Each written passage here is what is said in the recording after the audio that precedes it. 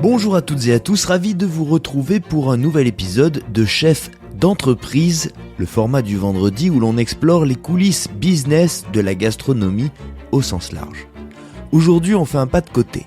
Pas de chef, pas de restaurateur, pas de salle, pas de fourneau, mais quelqu'un qui a profondément modifié la manière dont les foodistas repèrent, partagent et choisissent leurs adresses. À mon micro, Sébastien Caron, cofondateur de Mapster. Mapster, c'est une application que beaucoup d'entre vous utilisent déjà, un outil simple, presque évident aujourd'hui, mais qui est né d'un besoin très personnel, ne plus perdre les bonnes adresses, les lieux marquants, les recommandations de confiance.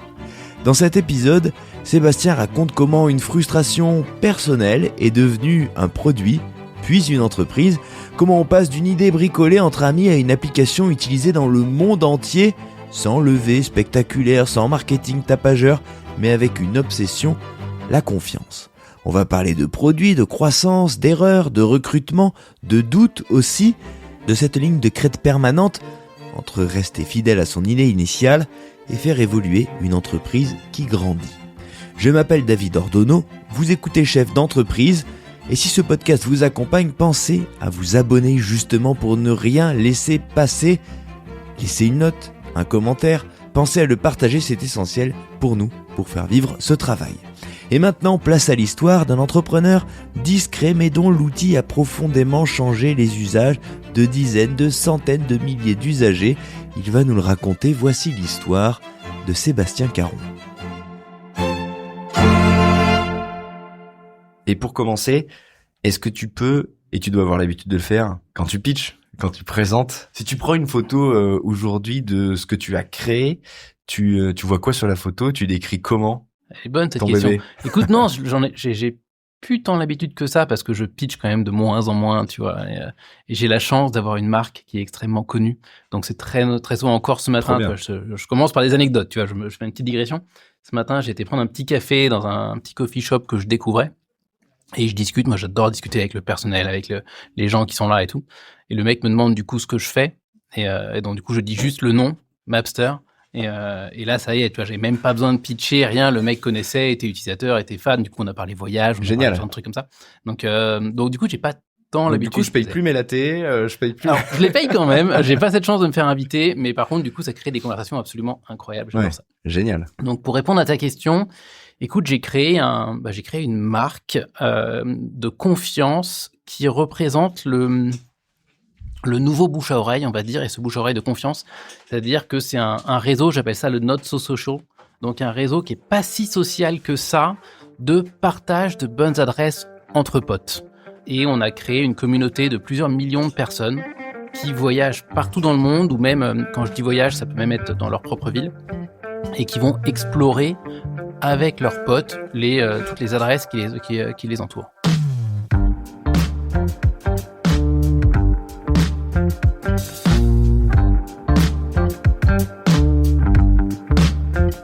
On va revenir à l'origine de l'idée et puis même aux origines qui sont les tiennes en l'occurrence pour qu'on comprenne comment tu as eu cette idée, de quoi elle s'est nourrie et comment elle s'articule aujourd'hui.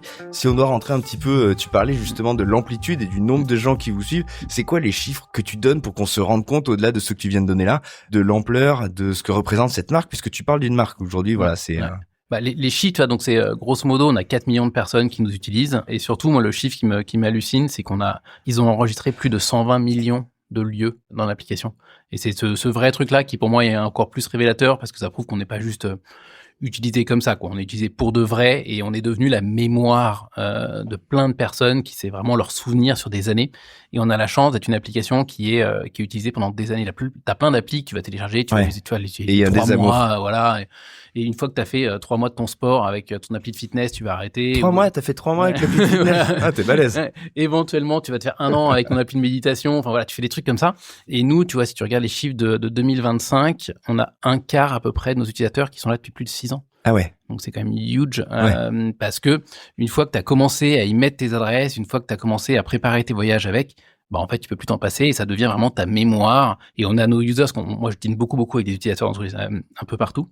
Et à chaque fois, ils regardent c'est quoi la première adresse qu'ils ont ajoutée sur leur appli. Comme un album photo, comme finalement. un album photo. Et à chaque fois, ça crée des... Tu vois, ils sont là. Ah, mais c'était mon voyage à Londres, ça c'était quand j'étais étudiant à Montpellier. Et à chaque fois, ça crée des histoires et c'est Drôle. absolument dingue. Alors c'est marrant parce que il y a quand même des gens, 120 millions de lieux, on s'est dit ça, retenus, et il y a quand même des gens qui connaissent pas forcément encore Mapster pour qu'on le redise, parce qu'on oublie parfois, une fois qu'on connaît les choses.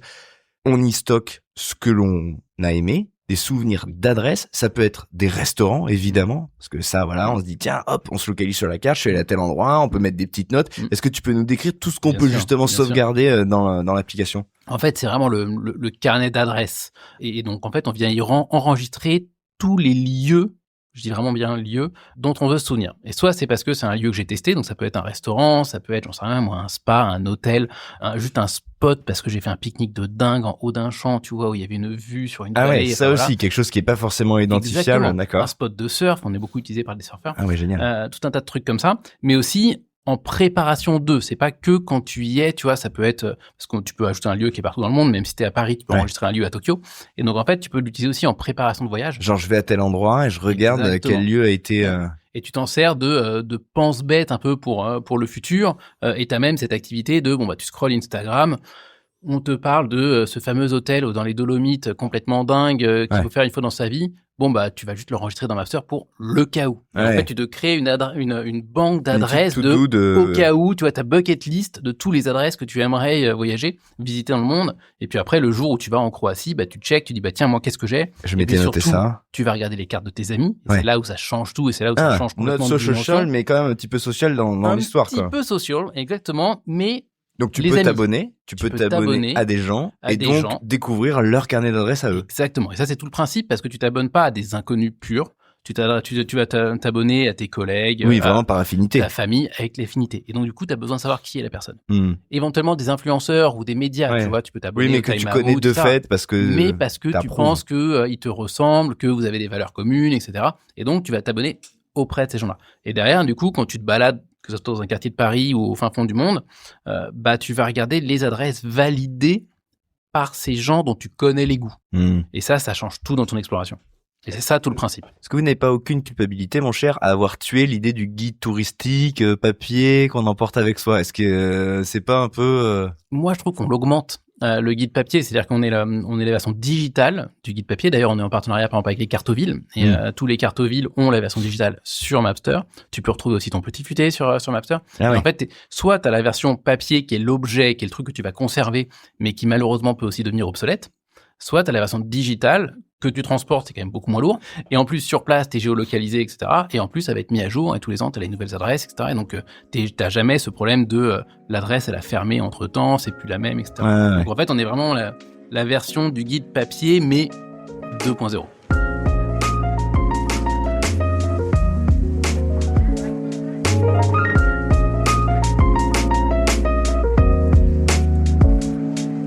Est-ce que tu es d'accord pour qu'on remonte aux origines de l'histoire et que tu nous expliques comment tout ça est arrivé? Si on commence depuis le tout début, peut-être que tu vas nous dire, vous savez quoi, moi les gars, je suis né dans un restaurant, j'adore ça, et depuis mes 3 ans, je rêve de le faire découvrir au monde entier. Ou pas, c'est quoi ton histoire? Elle démarre où? Ça ressemblait à quoi l'environnement dans lequel t'as grandi? Alors, rien de tout ça. Environnement plus classique, mais j'ai eu la chance, mes parents m'ont fait découvrir la gastronomie assez vite. Alors je pourrais pas te dire à quel âge on a démarré, mais je devais avoir dans les 15-16 ans. Ils se sont dit, on va se faire un gastro par an. Tu vois, parce que quand on dit on a démarré, on se parle d'une démarche. Ouais. Et donc, c'était ça. Mes parents se sont dit, on va vous faire découvrir ce que c'est que la vraie gastronomie. Et donc, une fois par an. Pourquoi eux, ça leur parlait? Je pense qu'ils ont cet art de vivre, tu vois, de exploration, aimer les bonnes choses. Dans la famille, il y avait le côté, tu sais, le déjeuner dominical, il y avait ce genre de choses-là. Et je pense que mon père, comme ma mère, avait vraiment cette envie de nous apprendre ce qui est bon. Tu vois, donc de temps en temps, on goûtait des très bons vins.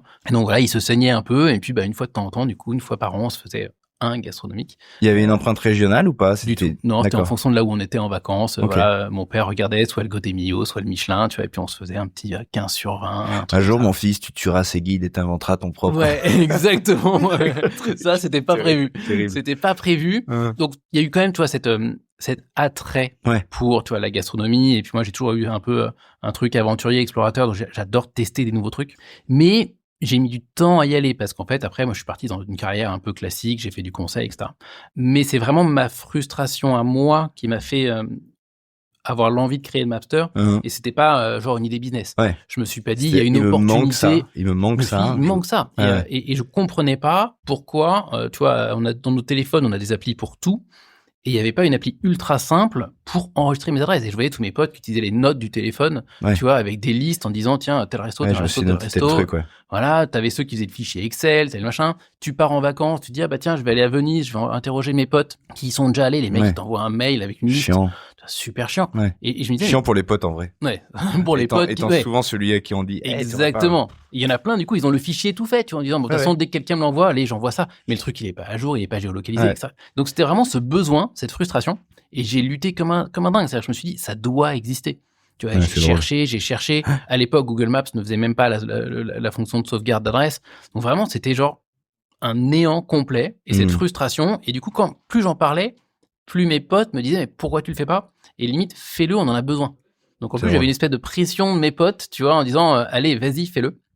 Et au bout d'un moment, j'ai craqué. Et je me suis dit, bon, allez, je tente, mais avec une approche très, très naïve, qui était de dire, bon, c'est une carte avec des points, j'embauche un dev. En 3 mois, j'imagine qu'il me fait ça. Moi, j'ai jamais fait d'appli, je sais pas comment on fait une appli.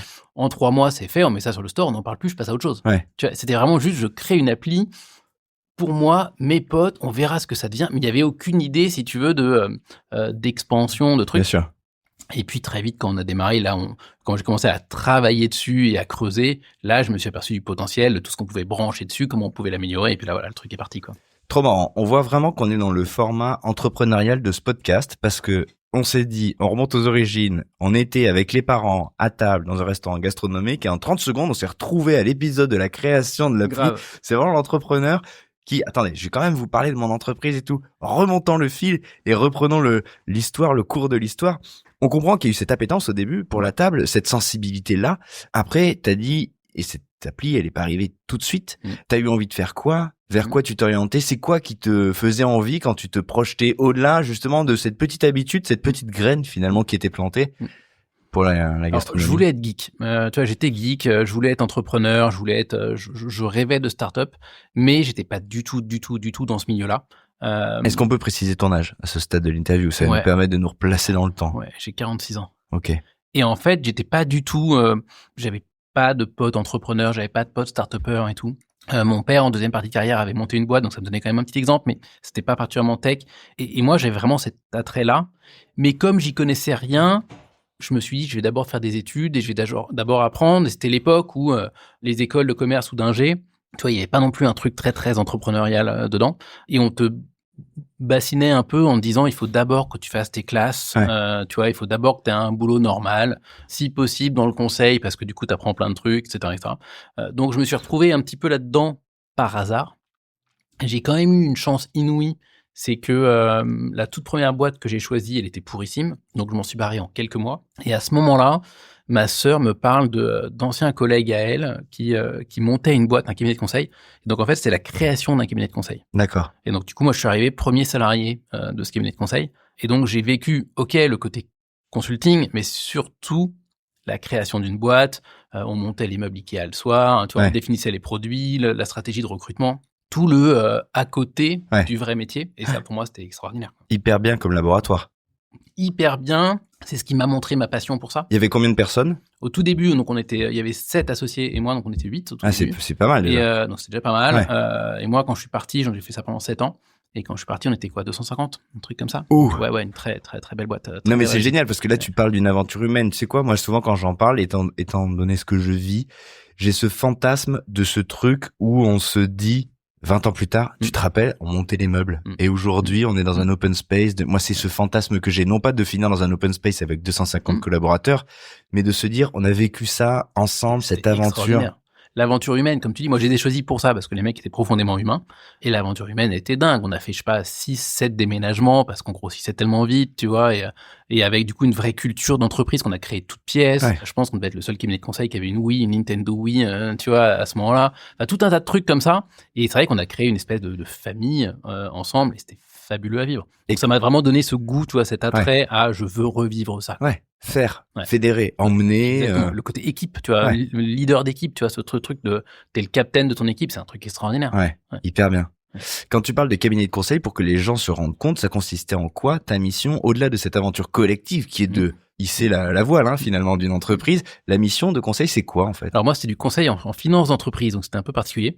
Et il n'y avait pas encore beaucoup de conseils en finance d'entreprise à l'époque. Et en gros, on intervenait pour aider des boîtes sur toutes leurs problématiques financières atypiques. Donc on pense évidemment fusion-acquisition parce que voilà, ça peut être un sujet.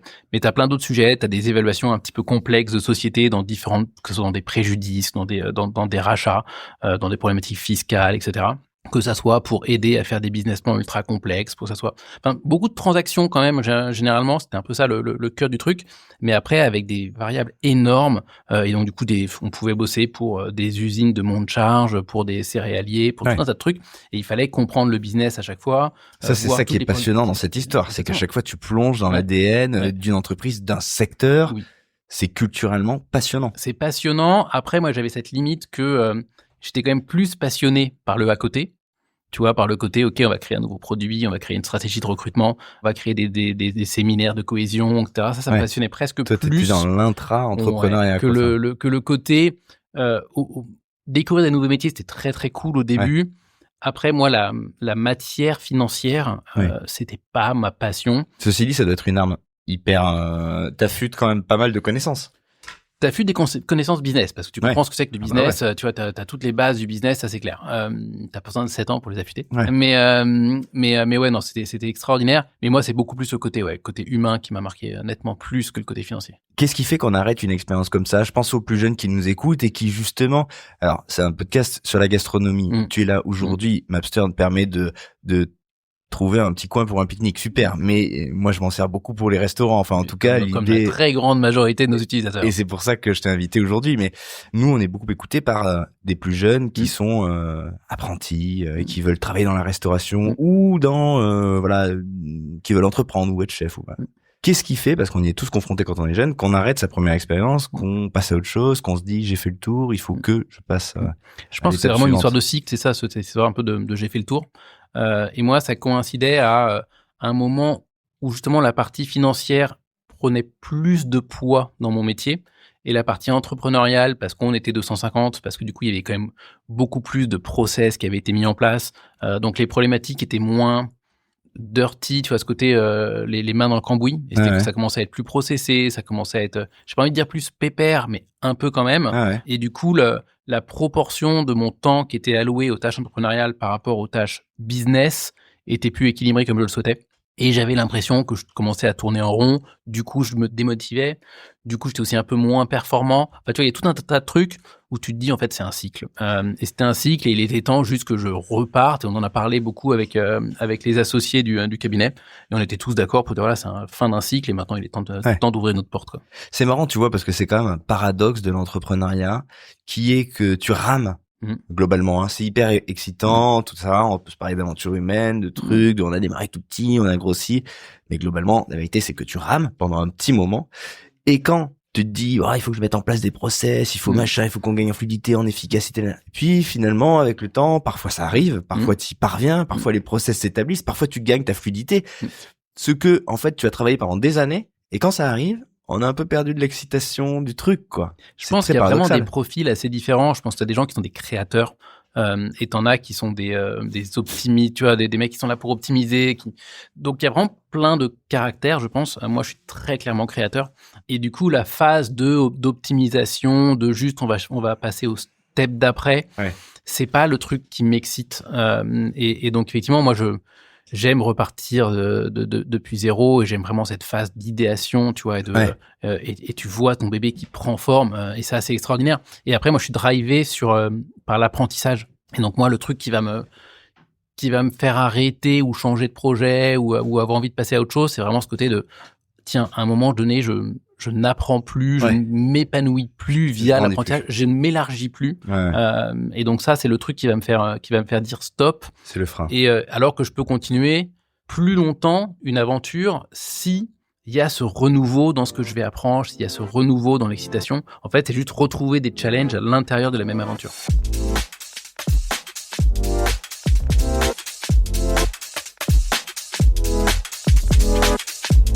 Donc, volonté d'aller plus loin, au bout de 7 ans, quel est le step suivant et qu'est-ce que tu te dis justement de ce que tu veux faire après cette expérience un peu hors du commun? On rêve tous d'avoir une expérience comme ça.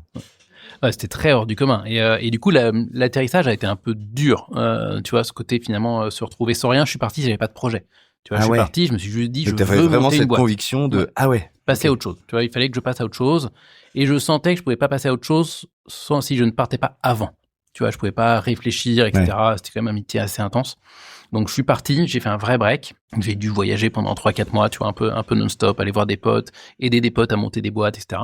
Et je savais juste que je voulais monter une boîte, mais j'étais très formaté conseil à ce moment-là. Donc, justement, j'arrêtais pas de regarder des risques, opportunités, de faire des analyses de marché, me dire, tiens, je pourrais peut-être faire ça, mais à quel point c'est compliqué. Et donc, j'avais peut-être une liste de peut-être une douzaine de projets, tu vois, que j'avais identifiés. Mapster n'en faisait même pas partie. Drôle. Mais tu vois, ça prenait pas, j'avais pas la motivation. J'essayais, je montais des petits trucs. J'en ai monté un en particulier qui m'a servi à apprendre. Tu vois, c'est la première crêpe que tu loupes à chaque fois. Donc celle-là, je l'ai fait, ça a duré une petite année. Et puis après, voilà, c'est Mapster qui m'a rattrapé, comme je le disais. Excellent l'idée de la première crêpe, parce qu'on l'a tous en fait, tous ceux qui ont entrepris. Bien sûr. La première crêpe, c'est vraiment ça. Et ce qui est très drôle, c'est que moi, j'avais lu beaucoup, tu vois, encore une fois, je venais pas du sérail. J'avais pas de cousins qui avaient monté des boîtes, etc. Du coup, j'avais lu plein de bouquins qui te disent quoi faire. Ouais, bien sûr. Mais t'as beau lire les trucs, tant que tu les fais pas toi-même. Tu vois, je te donne un exemple, mais t'as ce truc de tout le monde te dit qu'il n'y a pas d'idée secrète, tu vois, c'est pas la bonne idée, c'est l'exécution, etc. Et que du coup, quand t'as une idée, il faut en parler au max et tout. Je l'avais lu 100 fois. La toute première, mais jamais de la vie j'ai voulu en parler. Tu vois, et je rencontrais des mecs, des start-upers, tu vois, qui acceptaient, tu vois, via mon réseau de me rencontrer et tout. Et les mecs me disaient, mais c'est quoi ton idée? Je leur dis, non, je peux pas vous dire, les gars. Le mec, il dit, mais tu vois, c'est la règle numéro 1, tu vois. Et je disais, non, mais je sais, je l'ai lu. Mais là, il y a une exception. Tu vois, c'est énorme. Non, mais là, c'est pas pareil. Mais oui, c'est exactement ça. C'est exactement ça. Et en fait, tu te rends compte, mais tant que t'as pas fait les erreurs une fois pour de vrai. Voilà. Donc, celle-là, la première, elle m'a servi à ça. Il y a un truc très exaspérant aussi, c'est quand tu fais une erreur et quand tu fais ces erreurs, tu t'aperçois que tu fais des trucs, des conneries qui sont d'une banalité et tu te dis, j'ai quand même pas fait ce truc. Je suis quand même pas en train de faire ça. Ou alors, si j'avais su ça il y a 6 mois, j'aurais gagné... 6 mois en fait. Le truc de parfois tu découvres des banalités, tu te dis putain mais en fait ça fait 6 mois que je processe un truc. Ah non mais c'est dingue. C'est tous les trucs, tu vois, ce truc de tu vas fantasmer un lancement en te disant le jour du lancement c'est le truc le plus important. Non, ça n'a rien à voir. Et dans l'histoire de ta boîte, le jour du lancement, voilà, personne se souvient du lancement d'Airbnb, tu vois. Et tu passes par tous ces trucs là, mais tant que tu l'as pas fait pour de vrai. Donc voilà, donc la première crêpe. Voilà, ça a duré une petite année. Et puis après, donc Mapster m'a rattrapé. Je pensais le faire parce que j'avais pas encore complètement abandonné la première idée en mode side project, en me disant bon, je vais monter Mapster, voilà, on the side. J'embauche un mec. Bon, en plus, je me suis fait complètement arnaquer pour le premier recrutement parce que pareil, tu vois, tu fais les mêmes erreurs. Tu te dis pas que tu veux recruter des A-players. Tu te dis bah non, je suis pas connu, je connais personne. Je vais commencer. Je prends le premier qui sonne à la porte, grosso modo, tu vois. Et donc je me fais évidemment avoir. Et donc du coup, tous ces petits trucs-là, et puis au bout d'un moment, ça y est, je me suis mis sur Mapster, et là, c'est parti, quoi. Alors, la genèse de Mapster, tu l'as un petit peu amorcé tout à l'heure. Ça vient d'une envie, d'un besoin. Moi, j'ai ce fantasme de le vivre, parce que je l'ai beaucoup recueilli. Quand t'es journaliste et que tu t'interviews des gens qui ont entrepris, qui se sont lancés dans une aventure, quelle qu'elle soit, la plupart du temps, quand ils sont épanouis dans leur histoire, le sonore commence par « j'ai fait ce que j'aurais aimé vivre, trouver, rencontrer ». J'ai monté cet hôtel parce que il y avait aucun autre endroit comme ça et j'aurais voulu, voilà, je fais exactement les choses telles que j'aimerais qu'on les fasse pour moi, tout ça. Exactement. Mais pour moi, c'est la règle. Tu vois, si t'es pas utilisateur de ton propre produit, si tu le fais pas pour toi, et moi, c'est ce qui a dravé, tu vois, les 10 années de la boîte. Ouais, non, ça marche pas avec SpaceX, c'est pas faux. Mais là, faut être très, très, très visionnaire. Mais moi, j'ai ce truc de la boîte, elle a été pensée pour les users. Parce que moi, je suis un user et parce que toute l'équipe, elle est user. Et tu vois, donc je disais un peu ce truc de la frustration que ça n'existe pas. Mais du coup, il y avait une résultante qui était le pain point, comme on dit dans le milieu entrepreneur. Moi, qui me frustrait le plus, c'est que tu te retrouves à aller toujours dans le même resto ou dans le même bar ou dans le même café, juste parce que tu sais pas, tu vois, où d'autre aller, et t'as besoin de recos de confiance. Et t'as un peu la même chose avec les films et la musique. C'est ce que j'allais te dire. Le phénomène Netflix de, toi, t'as un catalogue qui est gigantesque, tu dis lequel je vais regarder. Oh, tu sais quoi, celui-là, je l'ai déjà vu, il est cool, on va le re-regarder. Ouais. Donc tu te retrouves à aller regarder à nouveau un truc que tu as déjà vu, sauf qu'il y a une différence majeure en plus, c'est que un film ou une musique, tu testes, au bout de 5 minutes, ça t'emmerde, tu changes. Ouais. Bon, bah, le Le mec, resto, quand tu vois, tu vas au bout. c'est rare de finir après l'entrée et de dire, oh, non, en Ouais, fait, je vais changer, je vais changer, je vais je vais essayer de... voilà. Ouais. Donc, tu as un coût au test qui est beaucoup plus fort. Ouais. Donc, où, du coup, tu as un vrai besoin de, je veux être sûr, quoi. Et surtout, si en plus, tu mets tu vois, il y a une occasion, il y a un truc, tu veux de la Ouais, il faut validation. l'investir, c'est pas un Voilà. truc, c'est Et, pas... et donc, très vite, j'ai senti qu'on avait un vrai besoin de niveau de confiance de la reco. Parce que trouver des recos, tu vois, il y avait déjà TripAdvisor, il y avait déjà Yelp, il y avait déjà ces trucs-là. Il y a rien de pire, pour moi, que TripAdvisor. Bah, pour moi, Google Maps, c'est pareil, mais Oui, voilà, je les mets dans le même panier. les avis anonymes. Les avis anonymes, pour moi, alors moi, c'est mon cheval de bataille, mais et ça me fait marrer parce qu'il y a des gens qui disent, ouais, mais avec l'ère de l'IA, maintenant, il y a des faux avis. Et en fait, moi, je suis un peu provocant, mais entre un mec que je ne connais pas, tu vois, qui est, je sais pas, moi, qui habite, j'en sais rien, moi, au Texas, qui a mis un commentaire dans un resto à Paris, je ne sais rien du gars. Que le mec soit réel, que le mec soit payé, Ouais. que le mec soit Pareil, une IA, pareil. c'est la même chose. Ah Dans ouais. tous les cas, son avis ne Il est pas m'intéresse qualifié. pas. C'est pas qualifié. Pas qualifié pour toi. Voilà. Et donc, du coup, j'avais ce truc de les avis anonymes, ça ne sert à rien. Ouais. Et on a besoin de remettre de la confiance. Et du coup, cette confiance, elle peut passer que par, pour moi, j'avais une vision en 3 points, qui était le premier, c'était le premier niveau de confiance, c'est mes adresses que moi j'ai sélectionnées. Parce que, tu vois, au cours de quand je crawl le web, tu vois, je regarde sur Insta ou autre, bon, bah, je repère des adresses ou mes potes qui me disent, tiens, tu connais pas ce bar, j'y suis allé la semaine dernière, c'était dingue. Donc, ça, c'est mon premier niveau. Ah ouais. Le deuxième, c'est, bah, je vais consulter la carte de mes potes parce que je connais mes potes. Je sais qu'il y en a un, il va être super bon pour des adresses de teuf. L'autre, il va être super bon pour des adresses, au contraire, ultra chic. Il y en a un, ça va être que les adresses de date, etc., Ouais, etc. ouais. Tu peux les qualifier. Et après, le troisième niveau, ça va être les marques, les influenceurs, les gens avec lesquels tu as une affinité. Et pour moi, le parallèle, c'est un peu à la Spotify ou à la Deezer. C'est ce côté, je vais écouter les playlists de gens dont je connais les goûts. Ouais. Et si éventuellement, lui, je trouve qu'il a une super playlist, bah, je vais aller explorer un petit peu plus, tu vois, Ouais, ce c'est des qu'il univers. écoute, etc. C'est les univers. Et sur Spotify ou sur Deezer, tu vas pas aller follow 500 personnes. Tu vas aller potentiellement follow soit personne, soit 4, 5, 6 personnes éventuellement. Bon, bah, sur Mapster, c'est exactement la même chose. Ouais. Tu vas te créer ton univers, j'aime bien ce mot. Tu vas te créer ton univers de gens en qui tu as entièrement confiance, dont tu connais les goûts, que tu peux les qualifier. Et derrière, bah, tu vas explorer le monde avec ces recos qui sont toujours des recos identifiés comme venant de telle ou telle personne. Ouais. C'est marrant, tu vois, je pensais à un autre biais quand tu faisais la comparaison avec une plateforme pour les films où, tu vois, on pense à Netflix où tu vas passer 2 heures à regarder des bandes annonces et aucun film ou machin, où tu sais pas comment faire. Et il y a ce truc aussi auquel on est tous confrontés qui est, je dois choisir un resto. Enfin, moi, c'est pas mon cas, mais ça a pu m'arriver. Je dois choisir un resto, je sais pas où aller. Et là, comme quand tu cherches un film sur Netflix, tu repenses à ce moment qui a eu lieu il y a 2 jours, 3 jours en arrière et où tu t'es dit, il faut absolument que je me souvienne de ce resto où on m'a parlé de ce truc. Et quand on te le dit, tu dis, ah, ça c'est cool, je l'ai pour plus tard. Et au moment de choisir, tu l'as plus. Exactement. Et là, Mapster est cool parce que du coup, bah, tu le retrouves en fait. On te parle d'un resto, tac, tu le notes. Je suis bon, je fais la promo du truc. Exactement ça. Moi, voilà, le truc, la origin story, c'est même que au tout début, moi, je me baladais dans Paris et ma compagne de l'époque était abonnée au Elle à table. Et régulièrement, elle me disait, mais ouais, il y avait ce resto là dans le quartier près de Pigalle, un Italien, ils en parlaient la semaine dernière, c'était quoi? Et tu t'en souviens plus. Perdu. Tu vois, et c'est ce truc ultra frustrant où tu te retrouves à rappeler pour la 5e fois ton pote en te disant, ah, au fait, c'était quoi, tu vois, le bar dont tu m'as parlé, et le mec il dit, ah, mais je me souviens plus, attends, c'était à l'angle de je sais plus quoi. Et cette conversation-là, elle est lunaire. Ouais. Et en fait, l'idée de Mapster, c'est de dire, voilà, comme t'as pas de coût à la sauvegarde, dès que quelqu'un te dit, tu devrais tester tel resto, j'ai eu une expérience de dingue dans tel hôtel, etc., etc., tu notes en 2 secondes, et derrière, tu retrouves.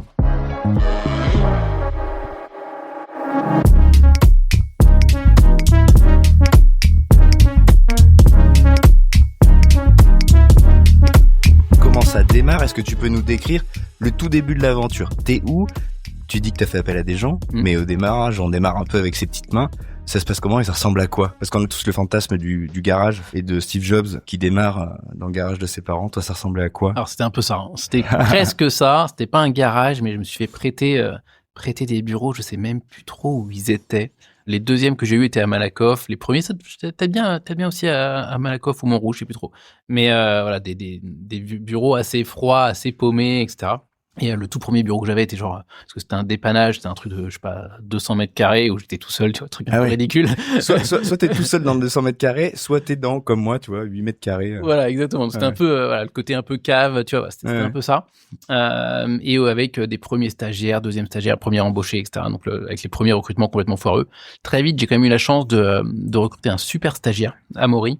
Je lui fais coucou s'il écoute, tu vois, qui était pas du tout, pourtant, dev de base, plutôt entrepreneur. Ouais. Et en fait, moi, j'avais appris à coder une appli en attendant, pendant que je me faisais un peu arnaquer par mon premier employé. Et du coup, à nous deux, on a réussi à faire ce qu'on appelle le MVP, vraiment le minimum viable product, donc la toute première V1, brique, quoi, la finalement, V1. quoi. Alors, on l'avait même appelé V08, parce qu'on Ouais. n'était pas encore très très fiers de la V1, tu vois. On se sentait pas trop. Et on a sorti une appli, mais en plus, encore une fois, en faisant plein d'erreurs, parce qu'on savait même pas qu'est-ce qui devait être dans la V1, tu vois. Tu te fais un film en disant cette fonctionnalité-là, elle est majeure, il faut absolument que je le mette. Et on a passé 6 mois à développer une fonctionnalité qu'on a jetée en 2 mois, tu vois, un truc comme ça, même pas. Ouais, c'est génial. Et parce qu'on pensait... Ça, c'est un vrai truc d'entrepreneur. Hein. Parfois, t'es persuadé qu'un truc va être le game changer, le truc important, alors qu'en fait, tout le monde s'en tape. On s'en fout. Ouais, on a eu une fausse bonne idée parce que donc la version initiale, c'était vraiment juste la carte avec tes points. Tu vois, t'avais pas des amis et tout. On s'est dit, on mettra ça plus tard. T'avais même pas ton compte à toi. D'accord. Donc en fait, tu pouvais perdre tes adresses potentiellement. Tu vois, donc c'était quand même ultra risqué. Mais bon, voilà, on avait fait vraiment la version de base. T'avais accès à une carte, tu mettais tes points. Une carte, un gros bouton plus. T'ajoutais tes points. Donc ça, cette fonctionnalité-là marchait déjà. T'avais déjà le système de tag pour pouvoir classer toutes tes adresses. Mais ça s'arrêtait là. Et je m'étais dit, je ne sais pas pourquoi, parce que j'étais un peu marqué par ma compagne de l'époque qui ajoutait ses adresses depuis le L à table, tu vois. Je me suis dit, la fonction waouh, le truc game changer, c'est il faut que tu prennes en photo l'article qui parle du truc et automatiquement, ça va reconnaître dans le texte la partie où il y a une adresse, ça va la positionner sur la carte et ça va l'ajouter sans rien que tu fasses. D'accord. Tu vois, sauf que je parle de ça il y a 10 ans. Il y avait pas l'IA pour lire les textes. Les magazines, ils sont écrits dans toutes les polices de caractères, machin. Parfois, il y a juste le début de l'adresse, mais il y a pas le nom de la ville. Enfin, un bordel monstrueux. Donc, on a développé un algo, mais de fou furieux pour essayer de lire, même quand l'adresse, elle est sur une photo. Donc, tu vois. Mais je pense, et vous êtes allé au bout de cette idée? On a été au bout du truc. My God. Et, on l'a sorti pour la V1, donc ça marchait. On était super fiers de nous. Et on a regardé les stats au bout de 2 semaines. 95% des gens utilisaient la fonction je cherche par nom. Pourquoi? Parce que de toute façon, comme notre algo, il tournait en 7-8 secondes, bah, le temps que ça tourne, que ça traite, t'avais déjà rentré les 4 premières lettres du nom, ça marchait, quoi. Et en plus, la fonction avait été aussi mal comprise, de façon très bizarre, nous on n'avait pas du tout prévu ça. T'en as certains qui se disaient, il faut que je sois devant la devanture pour la prendre en photo. Ce qui servait à rien, parce que là, dans ce cas-là, t'étais géolocalisé. Donc, du coup, là, on avait l'info, tu vois. Mais donc, du coup, voilà. Donc, un micmac absolument dingue. Donc, comme je disais, la première crêpe, tu vois, un peu le même genre. Donc, tu refais encore ces différentes étapes. Donc, on a développé pendant 6 mois une fonctionnalité qui ne sert à rien et qu'on a retirée très vite. À ce stade de l'histoire, on a donc une carte, la possibilité de mettre en point des endroits, principalement des tables, puisqu'on se parle de restaurants comme point de départ. Comment on passe au step suivant et à ce moment-là, comment tu racontes ce que tu fais? Parce que on va t'opposer à ce moment-là plein de trucs. Oui, bah il y a des guides. Oui, bah il y a déjà oui, le fooding à l'époque a déjà un site internet, j'imagine, déjà une appli. Bien sûr. Le Michelin développe aussi, je pense à ce moment-là son appli. Il devait avoir appli. une appli, mais il n'y en avait pas beaucoup. Personne n'était au courant. Il n'y en avait pas beaucoup. Qu'est-ce que tu dis de ce que tu fais et comment tu fais justement pour te dire on va continuer? En fait, le truc vraiment de base, c'était cette histoire de la carte perso. De dire c'est mes adresses, tu vois. Finalement, le carnet d'adresses qu'on a dans nos téléphones, mais qui ne sont que finalement, tu vois, l'appli maintenant Contact où il y a que des numéros de téléphone, il n'y a plus d'adresses. Alors que si tu regardes nos grands-parents, ils avaient le petit calepin avec les adresses, tu vois. Et on a perdu au passage du numérique, on a perdu ce truc d'adresse. Donc en fait, je racontais vraiment juste cette histoire de il faut qu'on ait une appli d'adresse sur une carte pour vraiment ultra égoïste pour que moi je puisse ajouter mes adresses, potentiellement même mes adresses de Toubib, etc. Tu vois, bien sûr, c'était les restos en très large numéro 1, mais je le vendais comme vraiment tu pouvais ajouter n'importe quoi. T'avais déjà la perspective d'élargir le spectre. Ouais, complètement dès le début. Et ensuite de dire bon bah voilà, une fois que t'as enregistré pour toi, tu dois pouvoir choisir de le partager avec tes potes. Tu vois, le truc vraiment basique. Et en fait, il y avait vraiment dès le début quand j'en parlais, quand je faisais les concours de pitch, etc., cette adhésion de oh waouh, on n'avait jamais pensé qu'on avait ce problème, mais oui on l'a, évidemment il nous faut l'appli. Et vraiment, il y a eu une Tu parles adhésion. d'utilisateur lambda, là. Utilisateur lambda. Ouais. Et tout le monde se disait, mais oui, tu vois, parce que bah oui, moi j'ai mes notes et on voit bien que les notes sont foireux. T'as ceux qui prennent en photo, tu vois, aussi screenshot, etc. C'est foireux aussi. Alors moi j'ai Insta, j'utilise Insta. Ouais, mais pareil, comment tu les retrouves sur Insta, c'est le bordel. J'ai un petit truc, on te l'a opposé 1000 fois et tu sais comment répondre à ça. J'ai un petit truc, article enregistré avec resto et j'ai en plus ce que j'aime bien c'est que je vois direct un visuel et en 2 secondes en scrollant je me dis tiens oui il y a ça, il y a ça, il y a ça. Je sais pas, j'ai pas la représentation de la carte en l'occurrence. Ouais. Il te manque la carte, il te manque les filtres, tu vois, et donc en fait avoir des bibliothèques c'est assez facile, tu vas avoir un stockage, c'est assez facile. Mais tant que t'as pas la carte pour savoir... Et puis on multiplie les bibliothèques aussi. Hein. En plus, on multiplie les bibliothèques, bien sûr. Ta liste, tes notes, ton Insta, ton truc. Et donc, du coup, t'as la photo qui est super agréable, mais t'as pas la position, donc tu peux pas trop savoir dans quel quartier, qu'est-ce que j'ai qui est autour. T'as aucune info de les horaires, etc. Et tu peux pas filtrer. Tu vois, dès que tu commences à en avoir un peu plusieurs, tu dis là, je veux pas un resto, je veux, tu vois, je sais pas moi, un café parce que je veux aller bosser cet après-midi. Ouais. Si t'as pas de filtre, c'est le bordel. Donc, en fait, il existait et il existe encore aujourd'hui plein de méthodes pour le faire, mais comme t'en as aucune qui est pensée pour ça, elles sont toutes mal foutues. Ouais, je comprends. Tu vois, et même aujourd'hui, Google Maps a quand même pas mal développé sa fonctionnalité pour enregistrer les adresses, sauf que pour les trier, c'est un énorme bordel. Donc tu te retrouves avec une carte avec tous tes petits symboles bleus ou jaunes ou rouges, mais tu peux pas les trier. Voilà, donc c'est l'horreur. Tu peux cliquer un par un pour savoir ce que c'était. Tu peux pas les partager avec tes potes. Si par hasard tu ouvres la fiche de quelqu'un d'autre, tu te retrouves avec tous ces points sur ta carte, t'arrives même plus à les retirer, etc., etc. Donc en fait, tant que c'est pas un produit qui est pensé vraiment pour ça, ça peut pas marcher. Et nous, donc dès le début, ça marche pour toi? Parce que dès le début, ça marchait. Ouais. Ah ouais. Nous, ça, on a eu un raz-de-marée. Je pense que le premier jour où je l'ai mis sur le store, ça encore une fois, je savais pas comment on faisait une version bêta, je savais pas comment on faisait des tests, je connaissais rien, quoi. Donc moi, je l'ai juste publié. Le premier jour, on a eu 1000 téléchargements. On était là, waouh, qu'est-ce qui s'est passé? Que des avis ultra positifs. Et après, tous les jours, on se prenait 20, 30, 40 téléchargements. En 6 mois, on avait 50 000 téléchargements. Ah ouais, en fait, il y a un truc. Ah ouais, ça a démarré dès le début, quoi. Ça a démarré dès le début. La bonne intuition. Bouche à oreille, et du coup, après, la presse qui s'en est un peu emballée, sachant que nous, on n'a jamais fait de com, on n'a jamais fait de pub, tu vois. Et donc là, tous les deux, à deux, finalement. Ouais, avec le stagiaire, ouais. Alors après, au fur et à mesure, j'ai commencé à recruter. Ouais. Mais au tout départ, ouais, juste à deux, ouais.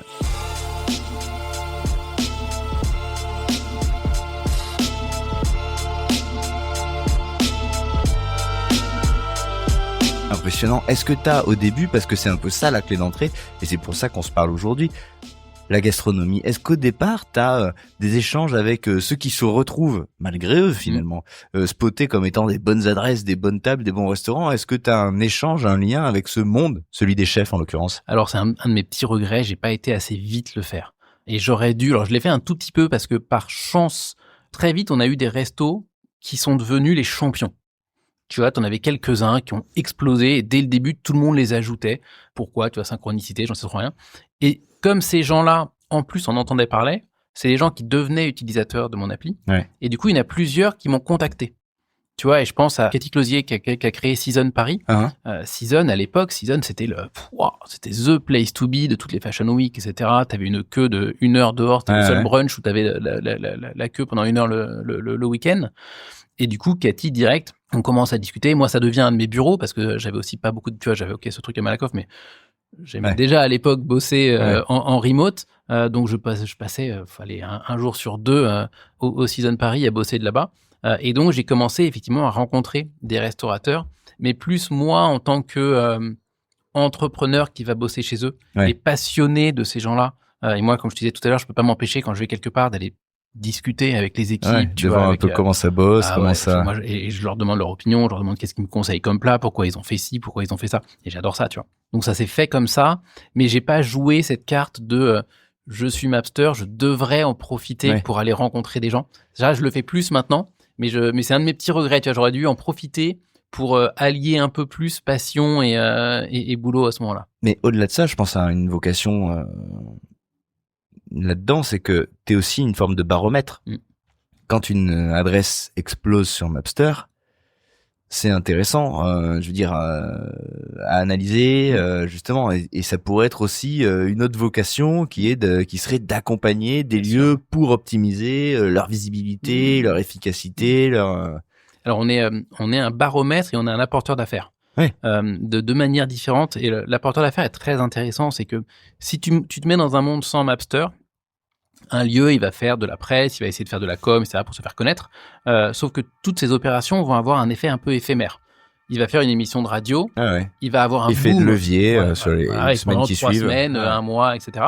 Et après, ça s'arrête. Si tu mets Mapster dans la boucle, l'effet de levier, il va être démultiplié parce qu'en fait, tous les gens qui n'ont pas pu réserver parce que c'était full dans les 3 semaines, ils vont l'avoir enregistré sur leur Mapster. Et 3 mois après, on reviendra de la même. Ça crée une traîne. Ça crée une traîne. Et en fait, du coup, tu as des gens qui vont dans un resto parce que 6 mois avant, ils en ont entendu parler à la radio, à la télé. Et ils l'ont noté. Exactement. Et donc, du coup, on a un énorme apporteur d'affaires pour tous ces lieux-là. Sans le côté social, viralité, etc. Mais tu vois, rien que cet effet traîne, on va dire, qui est gigantesque. Et après, effectivement, on est un énorme baromètre du bruit qui se passe autour d'un lieu. C'est-à-dire que plus un lieu va faire de la com, plus un lieu est trendy, on va dire ça comme ça, même si j'aime pas trop le mot. Mais c'est une vérité, pour le coup. C'est une vérité. Ouais. Surtout à Paris. Mais et du coup, plus ce lieu va être en pointe sur Mapster et va monter. Et donc en fait, on a un espèce de, si tu regardes la courbe jour par jour d'ajout de lieux, tu vois, sur Mapster. En fait, tu as tout le ROI de sa communication. Et un lieu, aujourd'hui, c'est très dur pour lui de savoir exactement qu'est-ce qui lui rapporte, tu vois, du business, quelles sont les campagnes de com, d'influence ou autres qui ont réellement un impact. Donc toi, tu es capable de valider auprès d'un restaurateur si sa com, si ses réseaux, si sa campagne avec un RP a fonctionné parce que tu vois que ça monte. Enfin, tu as un indicateur. Et on peut voir que telle émission de radio a eu 0 effet et puis telle autre a eu un impact de dingue. Que tel influenceur, non, personne n'en a, tu vois, il a peut-être eu plein de vues. Mais ça, en fait, t'échanges pas, tu l'as pas développé Si, on l'a développé. On pourra en reparler. On l'a développé parce que du coup, c'est super intéressant. Et on va même jusqu'à, il y a un truc assez marrant. On n'a jamais pris le temps faudrait qu'on bosse avec des scientifiques de ouf, mais grosso modo, on peut presque prédire ton chiffre d'affaires à 3 mois près. C'est-à-dire qu'en fait, si tu as par exemple une baisse dans ta courbe Mapster d'ajout, grosso modo, dans 2-3 mois, tu risques d'être un peu en dèche au niveau du chiffre d'affaires parce que ça veut dire que là, en ce moment, t'es pas en train de capitaliser sur le renouveau, tu vois, des gens, etc. Donc, alors après, ça tient sur le fait que Mapster soit très utilisé. Ça marche, j'imagine, beaucoup à Paris, peut-être moins en province. Comment vous avez fait justement, parce qu'on dit que ça a démarré dès le début et bravo pour ça, parce que c'est quand même le truc rêvé, c'est de te dire, tac, ça marche. Oh, putain, tu te réveilles le lendemain matin, il y a tant de téléchargements, c'est génial. Comment on fait pour dire, ok, il y a 1000 mecs qui ont téléchargé le truc. Comment on fait pour que demain il y en ait 2000, 3000? Comment on communique? Comment on fait connaître justement son... C'est pas facile ça. Dire, je ne sais pas. Parce qu'en fait, on l'a pas fait. On l'a absolument pas fait. Alors, je peux le dire après coup, a posteriori, parce que je sais ce qui finalement a marché, mais on l'a jamais prévu. On l'a jamais prévu, comme on n'a jamais fait de levée de fonds, etc. massive, on n'a jamais investi en communication, en marketing. Donc nous, on a dépensé 0. En 10 ans, on a dépensé 0 en communication, marketing, acquisition, etc. Même pas pris d'agence de presse, rien, tu vois. Et en fait, ce qu'on sait, c'est que le bouche à oreille a énormément marché. Que notamment le bouche à oreille entre collègues ultra puissant parce que tu es dans un département. Le meilleur ami de l'open space. Exactement, le meilleur ami de l'open space. On va manger où? Attends, moi j'ai mon Mapster. Attends, c'est quoi Mapster? Regarde, tu vois. Et ce truc-là, donc ça a marché incroyablement. Et après, les influenceurs. Beaucoup les influenceurs aussi parce que les influenceurs sont des utilisateurs comme les autres, nous ont découvert très vite. Et là, ils se sont dit, en fait, pour moi, c'est un outil de dingue parce que ça va m'empêcher de recevoir des tonnes de messages privés de gens qui vont me redemander pour la 1000e fois mes adresses à Vancouver, mes adresses ceci, mes adresses cela. Suivez-moi là-dessus et vous aurez mon carnet. Exactement. Et pour le premier cas, tu vois, on a eu... les restos de Léna Mafouf. Exactement, mais c'est exactement ça. Et la toute première, c'était Make My Lemonade. Lisa de Make My Lemonade. On la connaissait pas du tout. Et un jour, les serveurs explosent, on comprend pas pourquoi, tu vois. Elle s'est emparée et elle avait fait un post en disant « Je rentre d'un voyage à Vancouver. Plutôt que de me demander mes adresses, etc., j'ai téléchargé cette appli qui est géniale, Mapster. Suivez-moi et vous aurez toutes mes adresses. Ça, c'est un truc qui est formidable dans le développement d'une appli. C'est que parfois, tu ne sais pas pourquoi, mais tu vas prendre un tremplin parce que quelqu'un va te mettre un coup de boost énorme parce qu'il a adopté ta proposition. Génial. Et ils en ont parlé. Et comme c'est eux qui en parlent naturellement, c'est aussi la meilleure façon, tu vois, parce que du coup, c'est une vraie expérience ultra authentique. Ça parle à leur audience sur le réseau qui les suivent, donc avec un engagement, etc., etc. Et ça, c'est tous les 15 jours. Après, on avait un nouvel influenceur qui spontanément parlait de nous. Donc, truc complètement dingue, truc rêvé, quoi.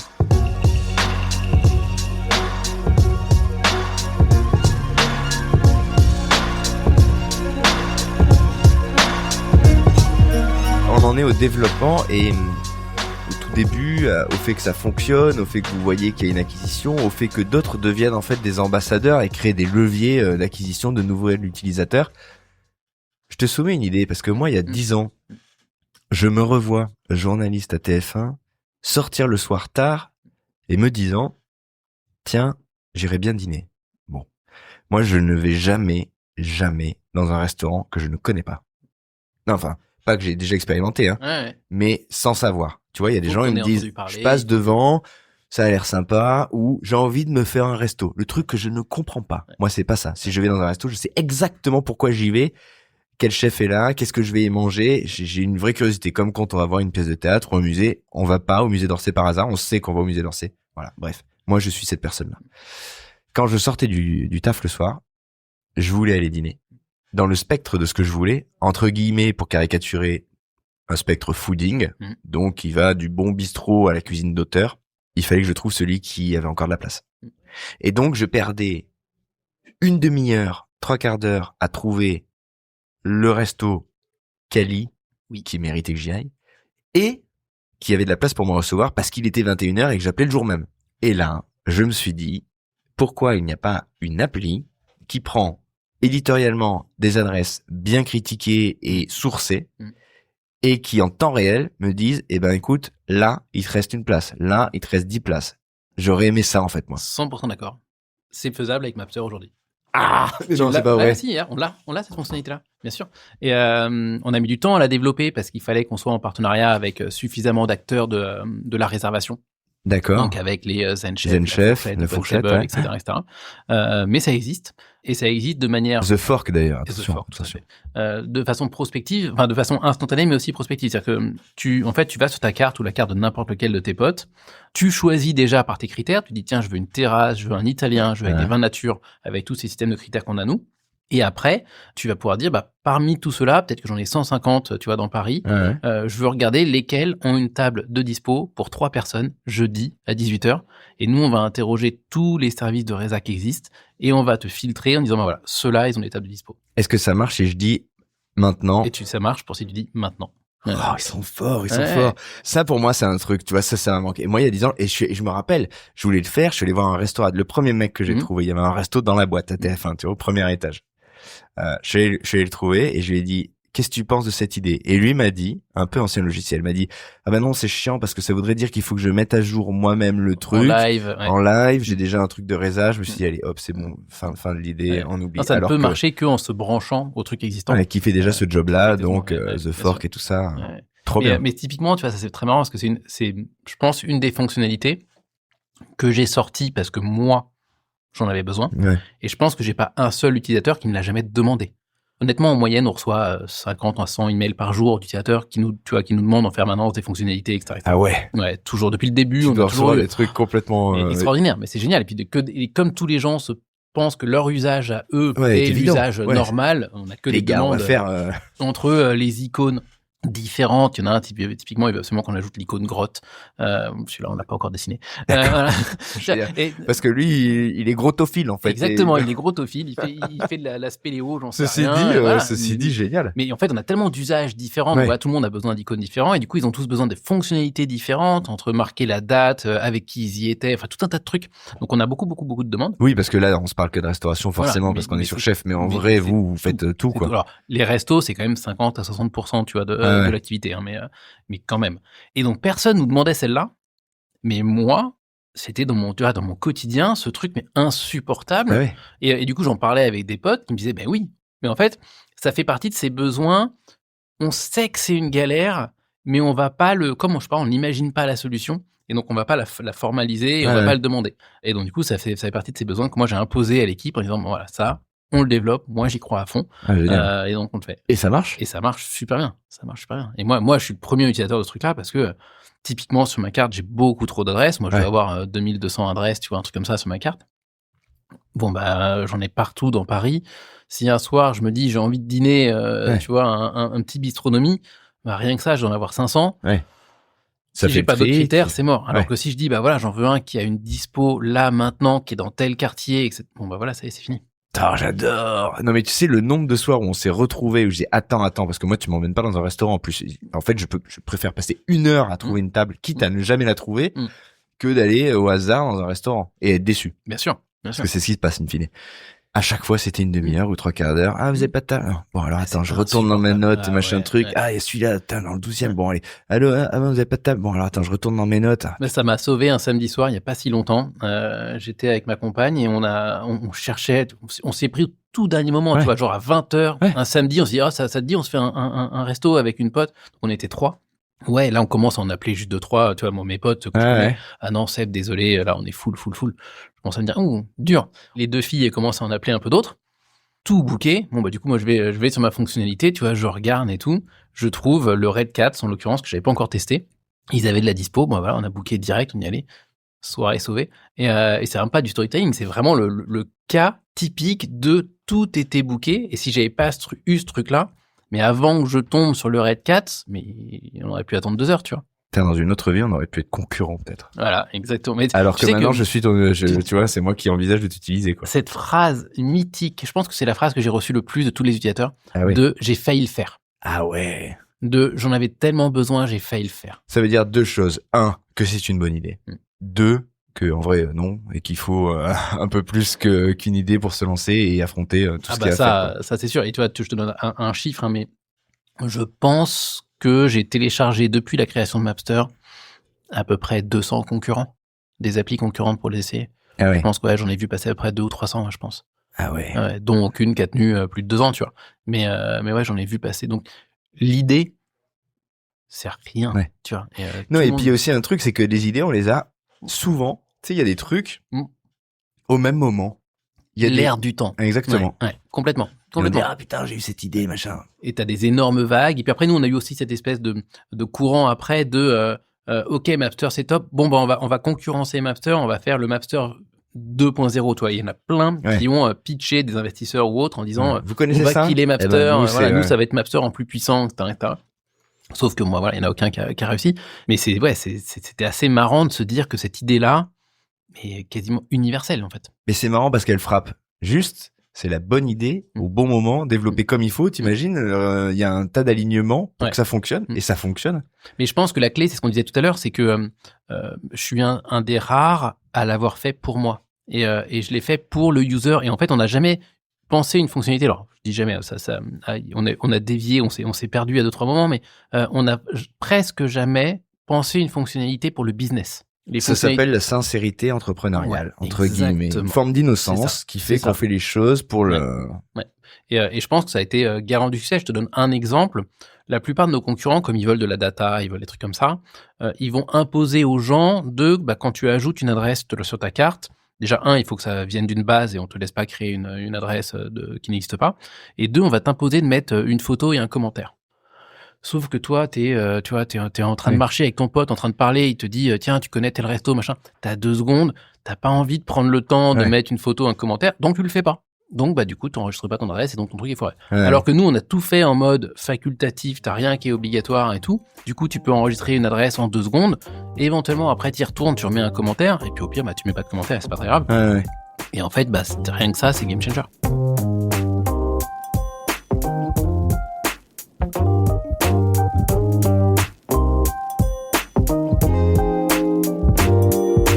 Comment on est passé de ces 2 qui développent et qui tiltent tout de suite parce qu'ils voient que ça marche à ce qu'est Mapster aujourd'hui? C'est quoi, ça a été quoi les steps? On va en parler d'un qui a été peut-être un peu tricky il y a quelques temps parce que il y a eu des choix stratégiques qui ont été faits. Comment vous êtes développé? Ça a été quoi les paliers? Dur à dire. Ça a été un bordel. un bordel. Non, je vais te répondre à côté, mais parce que c'est un truc qui me tient à cœur. Le vrai palier de développement, c'est le jour où j'ai compris que c'est à moi de me développer. C'était à moi de me développer. Et en fait, j'ai compris que l'aventure entrepreneuriale Mapster, moi je suis solo fondeur, j'ai fondé ça tout seul. Si moi je grandissais pas, la boîte allait pas grandir. J'ai démarré cette boîte en étant timide. Ok, j'étais précis, j'étais ingénieur, tu vois, j'étais carré, mais très timide. Et du coup, tu vois, et on disait, tu vois, j'ai pas beaucoup été parlé aux restaurateurs alors que c'était ma passion, tu vois. Et en fait, j'ai très vite pris conscience que si moi je voulais que la boîte grandisse, bah, il fallait que je bosse moi sur mes forces et mes faiblesses et que j'aille m'élargir grâce à Mapster, tu vois, m'émanciper. Hyper intéressant, et ça, donc c'est vraiment ça, l'incarnation. ouais, l'incarnation. De l'énergie du truc. Et Ouais. c'est vraiment ça, je pense, qui a drivé le premier gros truc. Donc c'est tout ce travail que moi j'ai fait sur moi-même pour apprendre à plus être timide, pour sortir, pour aller rencontrer les utilisateurs, rencontrer les chefs, etc. Et pardon, parce que ça peut paraître un peu abstrait, mais c'est quoi les leviers, c'est quoi qu'on met en place justement quand on se dit ça? Parce que je vois exactement ce que tu veux dire. Moi, là, typiquement, je produis aujourd'hui plusieurs podcasts, je viens de prendre un studio, on embauche des gens, et en fait, c'est un truc que j'aurais pu faire il y a 6 mois, il y a 1 an. Mais il y a que maintenant où je me dis, tu sais quoi? Ouais, je suis assez lourd pour le faire, en fait. Et il y a pas de problème. Et je sens que ça attire et ça crée de l'enthousiasme. Donc c'est très vrai ce que tu décris là. Ça a été quoi tes leviers justement pour juste te déployer un peu plus? Plein de choses, mais on peut y mettre un couvercle, tu vois, qu'on appelle un peu spiritualité, etc. Mais moi, je fais beaucoup de travail sur moi-même avec le bouddhisme, avec tout un tas de trucs comme ça, pour essayer de comprendre un peu ce que c'est que l'ouverture, tu vois, la conscience des autres. Mais c'est quoi, c'est des lectures? Ouais, beaucoup de lectures au départ, beaucoup de lectures. Ça correspondait à un moment donné où je voulais où je voulais développer Mapster aux États-Unis. Donc, je faisais beaucoup de voyages aussi en Californie, à Los Angeles notamment. Et là-bas, ils sont très, tu vois, dans le développement personnel, dans ces trucs-là. Donc, ça a démarré par le développement personnel, puis ensuite la spiritualité, qui est un peu une extension du développement personnel. Et donc, du coup, aussi, plein de rencontres, tu vois, dans ces milieux-là. Et au fur et à mesure que je travaillais ça, c'était au moment où, du coup, je méditais beaucoup, j'avais découvert Headspace aux États-Unis.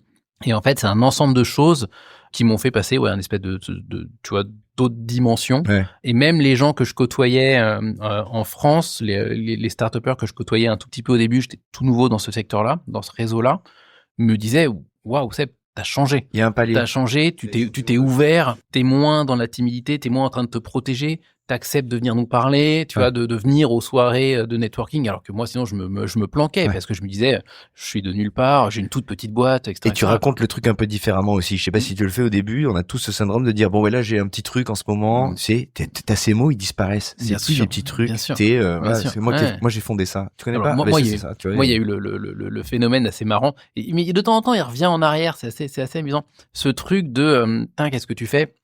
J'ai monté une appli de partage de bonnes adresses et tout. Ah ouais, comme Mapster? Non, c'est Mapster. Tu vois, ça, c'était vraiment ça au début. C'est génial, ça. Et donc, c'était dingue. Mais j'avais du mal à te dire. Ouais. Alors que après, je suis passé à une stade de, j'ai monté Mapster, ça te parle, tu vois. Ouais. Et là, les gens qui disaient oui ou non. Oui. Mais C'est j'assumais de dire, voilà, j'ai Ouais. monté Mapster. D'une certaine manière, tu dois connaître, tu vois. Ouais. Et il y a vraiment eu une espèce de shift. Et maintenant, je le fais plus, mais je le fais plus. Je suis revenu en arrière presque un peu plus, mais par humilité. Des gens qui me demandent, je dis bah voilà, une appli de machin. Et puis en plus, ça me fait toujours kiffer quand les mecs disent, tu vois, ah ouais, comme Mapster. Non, bah c'est Mapster, tu vois. Donc ouais, ça a été un gros shift quand j'ai assumé Ouais, que ça de dire, ça passe par toi. j'ai donc, monté Mapster. Voilà, ouais. c'est une appli. Mais ça a été dur. Ouais. Au Et- début, je sais pas. ce palier que tu décris et qui correspond à un travail sur soi, à l'idée de se déployer, de raconter, de se raconter un petit peu différemment et donc de porter sa boîte avec une autre énergie. Ça a été accompagné par quoi? Est-ce que tu as commencé à recruter? Est-ce que vous avez pris des bureaux? Je connais les réponses, mais Alors à l'époque, j'avais encore des bureaux à ce moment-là. J'ai recruté, mais je pense que je recrutais dès le début, tu vois. Donc très vite, je me suis mis dans cette espèce de fausse course de il faut qu'on soit plus nombreux pour aller plus vite, un truc un peu idiot. Donc dès que j'avais un tout petit peu de sous, je le plaçais en recrutement. Heureusement, je me suis bien soigné. Mais donc on recrutait, mais c'était pas tant lié à ça. Non, c'est vraiment plus moi qui sortais, qui du coup allait au contact des chefs, qui allait rencontrer des agences de com, qui allait dans des événements de networking, qui quand j'allais aux États-Unis, bah du coup je prends des rendez-vous avec des influenceurs, avec des journalistes juste pour me présenter.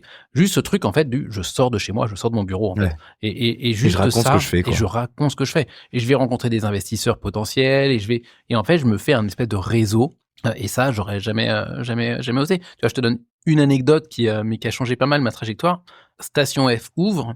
Là, du coup, ils ont les programmes d'incubation, donc notamment Facebook, qui fait partie du tout premier programme d'incubation.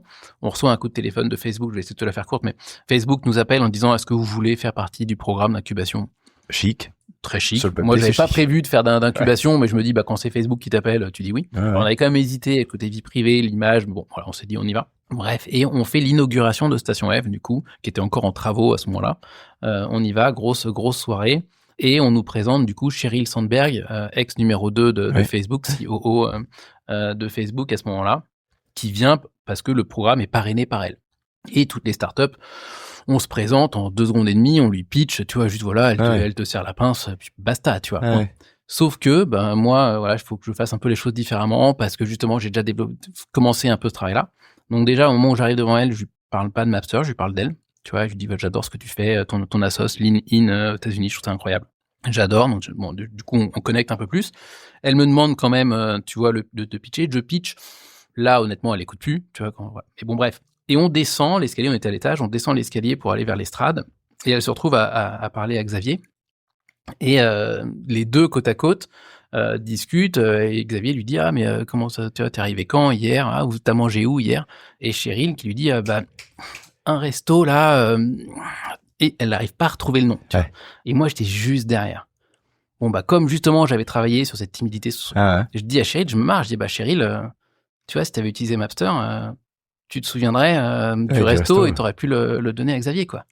Là, elle se retourne, morte de rire. Et elle me prend sa carte de visite et elle me dit, OK, prochaine fois que tu viens en Californie, tu me fais signe et on se voit.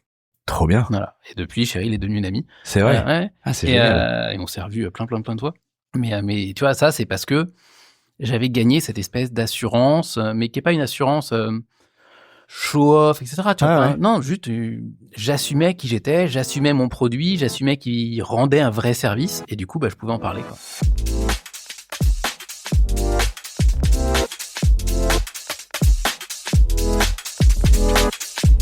Grosse question que tu soulevais aussi, le côté networking. Ça, c'est un vrai truc. Sortir de chez soi, comme tu le disais, et aller vers des groupes, des événements, des endroits, des moments où il va falloir que, alors que personne ne t'attend, t'avances et tu dises, salut, moi je fais ça. Hyper compliqué. Et en plus, moi, je suis mitigé. Tu vois, je suis mitigé sur ces trucs-là parce que je pense qu'il y a aussi beaucoup de networking bullshit qui sert vraiment à rien. 90% des événements sont achetés à la poubelle. Il y a typiquement un événement où moi, tu peux pas, il faudrait me payer très cher pour que j'y aille, qui est tous les ans à Paris. Je vais taire son nom, mais voilà, je trouve que c'est vraiment de la perte de temps à l'état pur. Éventuellement, si tu bosses dans le B2B, pourquoi pas. Bon, voilà. Mais par contre, juste sortir et aller à la rencontre. Est-ce que tout le monde a entendu ce qui est passé dans ton esprit? Je ne dirai rien. Okay. Mais moi, il y avait, je sais plus comment, Boris, comment s'appelait ce mec qui avait monté cette boîte de chaussures à Grenoble? C'était Passepartout ou un truc comme ça te parle pas? Non. Grand entrepreneur Boris, j'ai oublié son nom de famille. Donc il y a 10 ans, il avait fait une interview, j'avais adoré ça. Un journaliste lui dit, mais c'est pas trop compliqué de monter une boîte à Grenoble, une boîte dans la tech à Grenoble? Et le mec répond, non, parce que vous, quand vous êtes en train de boire des cocktails, moi je bosse. Et j'avais trouvé ça d'une puissance assez dingue. Mais j'avais trouvé ça fantastique. Ouais. Et c'est un peu ça, c'est-à-dire que faut quand même sélectionner, tu vois, il y a quand même vraiment beaucoup de perte de temps, mais sortir, aller rencontrer d'autres entrepreneurs, même ceux qui sont pas dans le même secteur de toi, juste pour pouvoir parler de tout ce qu'on vit, c'est tellement enrichissant, c'est extraordinaire. Et à Paris, on a un écosystème qui est dinguissime, et j'avoue, encore une fois, faut garder la tête froide, etc. Et l'enjeu, c'est de faire le tri et de savoir où est-ce qu'il faut aller. Exactement. Et où est-ce que c'est opportun ou pas. Ouais. Je fais un parallèle, évidemment, parce que ici, c'est un podcast qui est dédié à la gastronomie et au métier des chefs. Et moi, je suis convaincu d'une chose, et beaucoup de chefs le sont aussi, mais pas tous. Et c'est bien que les choses évoluent. C'est que pour nourrir sa cuisine, et tu vas peut-être me le confirmer, c'est ce qu'on est en train de se dire là, je crois. Parce qu'un chef, au final, qu'il possède son restaurant, qu'il soit le chef d'entreprise ou pas, ça reste une forme de chef d'entreprise, d'entrepreneur. Il y a des budgets, il y a des ressources humaines, il y a tout ça. Il est bon de sortir. Mais bien il sûr. est bon de se dégager. Il est bon d'aller voir ailleurs. Il est bon d'échanger, de rencontrer. Et donc, pour les chefs, en l'occurrence, de sortir de ses cuisines comme ce que tu décris toi en tant qu'entrepreneur, finalement. Complètement. Et les bons chefs, j'aime pas le mot, mais tous ceux que je connais qui sont, tu vois, dans une vraie dynamique, ils se connaissent tous entre eux, ils se parlent énormément, même en termes de recrutement, ils disent, est-ce que tu connais pas je te cherche tel profil, et ils se filent les coups de main, et t'as pas cette espèce de guéguerre que tu pourrais croire de, en fait, on est juste deux restaurateurs concurrents. Et la plupart de ceux que je connais, ils s'entraident énormément. Là encore hier, tu vois, j'étais en train de prendre un café. Par hasard, un restaurateur rentre dans le café, on commence à discuter. Est-ce qu'on se connaît bien? Je lui parle d'une restauratrice que je connais qui a telle ou telle problématique. Elle dit, mais dis-lui de m'appeler et tout. Et on va se parler. Et en fait, ça fait partie du jeu.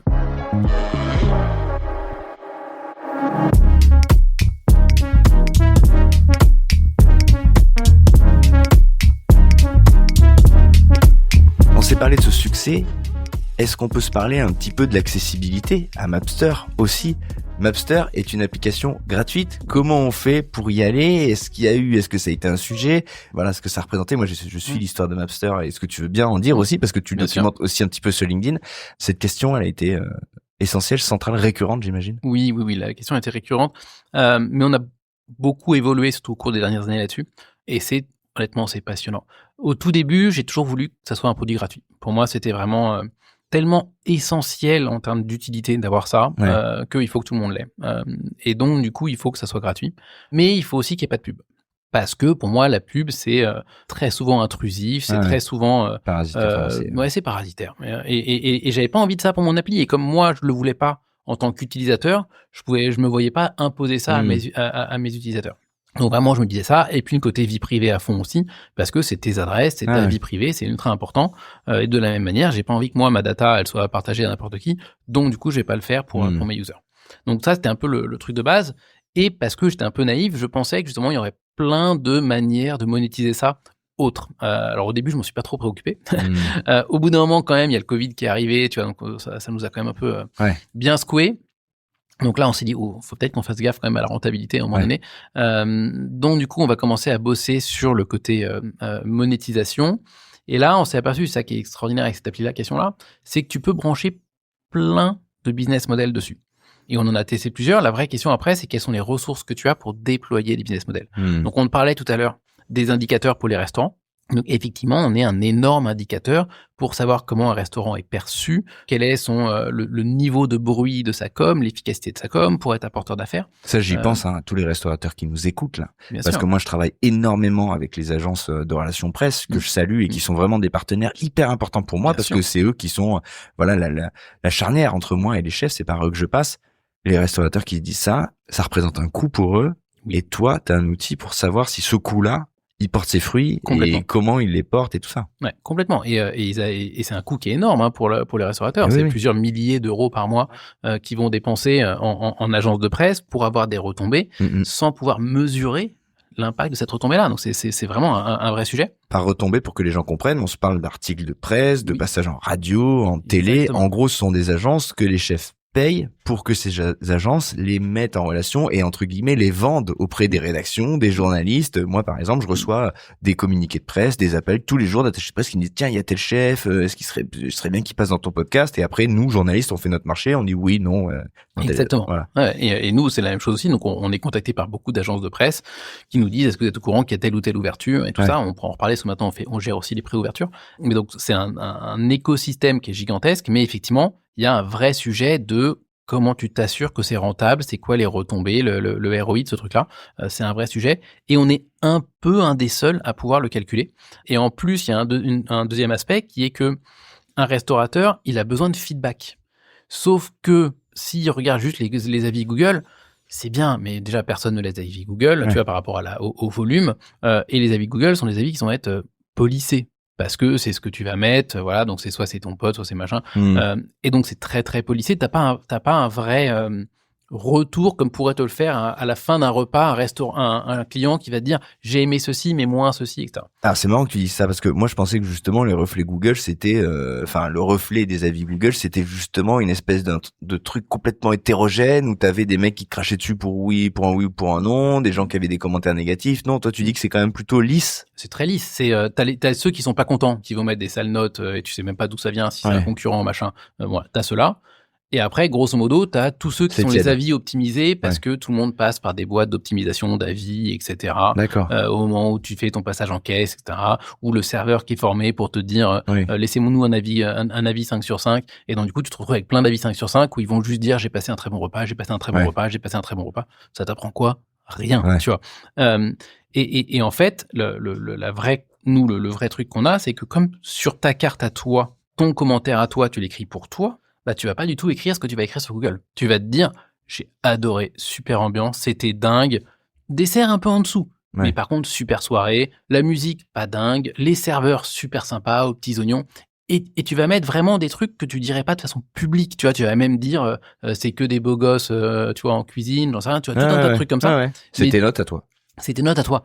Et du coup, si tu agrèges tout ça aujourd'hui avec l'IA, tu vois, avec l'intelligence artificielle qui te permet de faire des résumés ultra pertinents, bah, pour un restaurateur, c'est de l'or en barre en termes de ressenti de le rapport qualité-prix, le machin, tous les trucs que les gens vont pas oser dire en live ou oser dire sur un avis Google, bah, en fait, ils osent le dire sur Mapter. Donc aujourd'hui, un restaurateur, peut t'appeler toi, faire appel à Mapster pour dire, les gars, est-ce que vous pouvez me faire, entre guillemets, un petit audit de ce que les gens pensent de moi chez vous. Et on a un outil qui est dédié. Donc, en fait, on a un tableau de bord qui est gratuit pour les établissements où ils peuvent se connecter. Là, ils peuvent contrôler un peu, tu vois, les photos, les sites web. Ils peuvent mettre le lien vers la résa, le lien vers la livraison, vérifier que tous les liens sont bien branchés parce que du coup, il faut que encore une fois, on est un apporteur de clients. Donc, il faut que le mec, s'il a son lien Uber Eats, Deliveroo, il faut qu'il puisse le mettre. S'il est branché The Fork ou Zenchef, il faut qu'il puisse le mettre, etc., etc. Donc, nous, en théorie, on le met par défaut parce qu'on a des partenariats avec ces boîtes-là.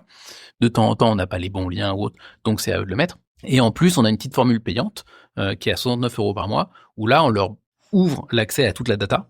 Et du coup, là, ils ont vraiment la granularité, quasiment heure par heure, des ajouts. Ils peuvent aller voir dans les commentaires, en fait, ces ajouts-là, ça vient de tel compte TikTok qui en a parlé, parce que du coup, les mecs ont mis l'URL du compte TikTok, etc., etc. Donc, on peut identifier les leviers qui font que ça marche, à quel moment ça marche et pourquoi. Donc, avoir une espèce de lecture un peu plus affinée, finalement, en fait, de ce qui fait que ça fonctionne à tel moment ou pas. Et de voir que, là, tiens, ça fait un mois qu'ils ont une petite baisse, que là, on parle plus beaucoup d'eux en ce moment, etc. Et on pense toujours même sortir éventuellement des notions de concurrence. Pour l'instant, on l'a pas encore fait, mais de dire, tiens, là, c'est sectoriel, tu vois, la baisse, c'est normal, tout le monde là. Ou alors, non, là, on a une baisse, mais par contre, mes concurrents, eux, ils sont en hausse. Il faut que je fasse un truc. Donc, on a encore des trucs à creuser sur lequel on pourra investir. C'est hyper intéressant comme outil parce que clairement, moi qui m'entretiens quotidiennement avec des chefs, je suis stupéfait. Il y a plusieurs sujets, mais en tout cas, sur celui de l'affluence, de le caractère hétérogène des retours que je reçois. C'est-à-dire que j'ai des chefs qui me disent c'est la cata et des chefs qui me disent non, nickel, on est plein. J'ai l'impression qu'il y a deux mondes. En fait, il y a plusieurs populations. Tu vois, entre les touristes, entre les restos de quartier, ceux qui ont souffert parce que avec le remote, le télétravail, ils ont plus les travailleurs. En fait, il y a tellement maintenant de populations différentes par rapport à la typologie de resto. Tu vois, et il y en a certains, ils découvrent que tiens, finalement, c'est un resto d'occasion. Alors qu'ils pensaient être un resto de tous les jours, etc. Et en fait, t'as tellement de restaurants différents entre ceux qui sont où tu viens en date, ceux où tu viens plutôt en famille, ceux où tu viens plutôt pour les étrangers. Et en fait, du coup, ils ont pas les mêmes tendances de marché, quoi. C'est intéressant. Donc, première source d'acquisition de revenus finalement, enfin première, en tout cas une des sources. C'est celle-là, les restaurateurs qui peuvent faire appel à cet outil. C'est quoi vos autres On en a plein d'autres, mais en gros, non. Alors celle-là, c'est vraiment une des premières grosses, on va dire, et tu vois, qui est structurée. La deuxième qu'on a, qui est moins structurée, mais c'est qu'on a plein de marques qui viennent nous voir pour faire des city guides et pour dire, tiens, en gros, tu vois, c'est comme le Louis Vuitton qui a fait les city guides. En fait, t'as plein de marques qui, pour leur image de marque, veulent produire un city guide. Produire un city guide, ils veulent qu'il soit digital. Comment ils font ? En fait, avec Mapster, c'est super facile.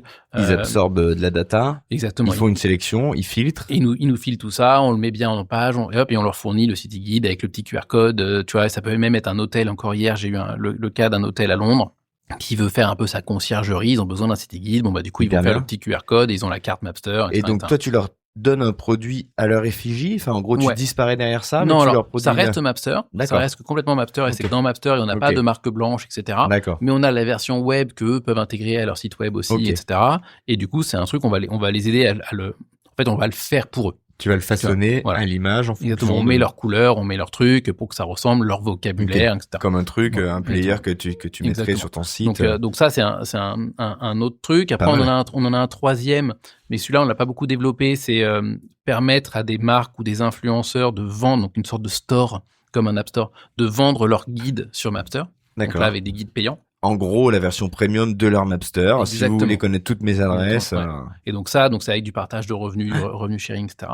Et surtout, là, le tout dernier qu'on a développé, qui est vraiment le côté B2C. Donc là, on a un peu mis un pavé dans la mare et on est un peu revenu sur un de mes fondamentaux du début. Et donc, on a introduit une notion de freemium dans Mapster à la fin de l'année dernière. C'est ce que j'avais vu. Parce que, en fait, le rationnel derrière, il est simple. C'est que tous ces business B2B qu'on a imaginé et qu'on a prouvé en mode proof of concept, ça demande des énormes ressources financières à mettre en place. Tu vois, on parlait du tableau de bord pour les lieux. Si j'ai pas une équipe terrain qui va aller démarcher les lieux un par un pour leur expliquer, etc., le truc, il se vend pas tout seul. Et donc, du coup, moi, ça me demandait des investissements beaucoup trop lourds à supporter. Donc, c'est des business, on sait qu'ils marchent, mais j'ai pas les moyens de les développer. Et donc, du coup, le seul que je peux développer pour assurer la pérennité de ma société, c'est utiliser ton flux d'utilisateurs. Exactement. Et donc, c'est le B2C. Et donc, ça correspond à quoi concrètement? C'est quoi l'offre proposée? Alors, on va dire il y a plusieurs choses, mais il y a 2 piliers fondamentaux. Un premier pilier qui est celui qui a causé un peu du grinçage dedans, on va dire, c'est qu'on a limité la version gratuite à 300 adresses. Donc, après, au bout de 300 adresses, tu es obligé de payer un abonnement pour pouvoir continuer à enregistrer des adresses. Voilà. Ok. Donc, tu ne perds, si tu en as 500, tu gardes tes 500, mais tu peux plus en ajouter. Ouais. Donc, ça, c'est quand même un gros frein. Ouais. Et après, du coup, ça nous a permis, nous, par contre, de sortir plein de fonctionnalités avancées qu'on n'osait pas faire avant. Ah oui. Parce qu'en fait, tant qu'on était en gratuit, dès qu'on avait une idée de fonctionnalité comme celle dont on parlait tout à l'heure de Reza, là, laquelle est la table qui est dispo, on disait non mais ça s'adresse à 2% des utilisateurs Parce qu'on qui va y ont aller pour plein les d'adresses. Ouais. Les autres, tu vois, ils n'ont pas besoin, ils n'ont pas assez d'adresses. Et donc du coup, on s'autorisait pas de développer les fonctionnalités pour les experts. Sauf que maintenant, comme les experts payent, Bah, ils s'affichent quelque part, ils sont sortis du Exactement. bois parce que tu les vois. et donc du coup, nous, on se dit, bah là, on a une vraie justification. Ouais. Et donc là, on leur a fait plein de fonctionnalités. Donc typiquement la réservation instantanée comme ça qui est géniale.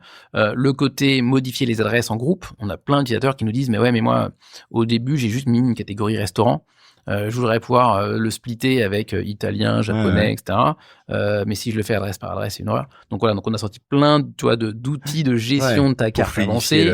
On a un moteur de recommandation qui est assez unique en son genre, qui est que en fonction des adresses que tu as déjà sur ta carte à toi, je suis capable de te suggérer une adresse partout dans le monde qui, a priori, va te plaire. Va résonner avec... Génial. Ouais. Parce qu'en fait, les adresses que tu as sur ta carte, les restaurants où tu vas dans ta ville ou en vacances... Ils ont déjà une typologie, donc toi, tu les as enregistrés. C'est même pas trop la typologie, parce que ça, c'est pas assez précis. Mais c'est surtout que ça dit qui tu es. Tu vois, les adresses où tu sors, ça dit qui tu es. Et en fait, ça nous permet de créer une espèce de profil utilisateur, tu vois, d'un point de vue mathématique, qu'on va pouvoir matcher avec n'importe quel autre utilisateur.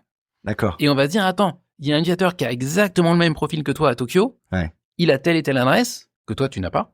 Donc, on sait que cette adresse, a priori, elles vont te plaire. Donc, vous allez devenir matcheur parce que vous allez devenir une appli de date après. Complètement. Ah, mais on en rêve, on y pense. C'est vrai, c'est complètement. Un truc qui est génial. La rencontre physique entre personnes qui ont le même goût, c'est un truc qu'on a en ligne de mire. Ouais. Complètement. Et donc, on a les algos de reco comme ça. Et la dernière fonctionnalité qui est top aussi qu'on a, c'est un moteur de recherche. Dans le jargon, on appelle ça sémantique. En gros, c'est un moteur par humeur. C'est au lieu de juste de dire le nom d'un resto, tu dis, bah tiens, ce soir, j'ai envie de manger un cassoulet dans un resto qui propose des vins nature. Je suis pas sûr que les deux aillent bien ensemble, mais why not? Ouais. Et ben en fait, on a un moteur de recherche dans lequel tu peux écrire ça.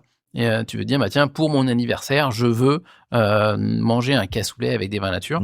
Et en fait, nous, avec tout, exactement, je pensais au même resto que toi. Et donc, effectivement, notre moteur de recherche est capable de te répondre en allant chercher dans les petites lignes des commentaires des gens, etc. Génial. Et avec toute l'intelligence qu'on a. Et du coup, on sait que ce lieu-là, il est top pour une privatisation, il est top pour les soirées jazz, il est top pour ceci, il est top pour cela. Et donc, c'est un moteur de recherche vraiment par goût, par envie, et pas par juste, voilà, le nom.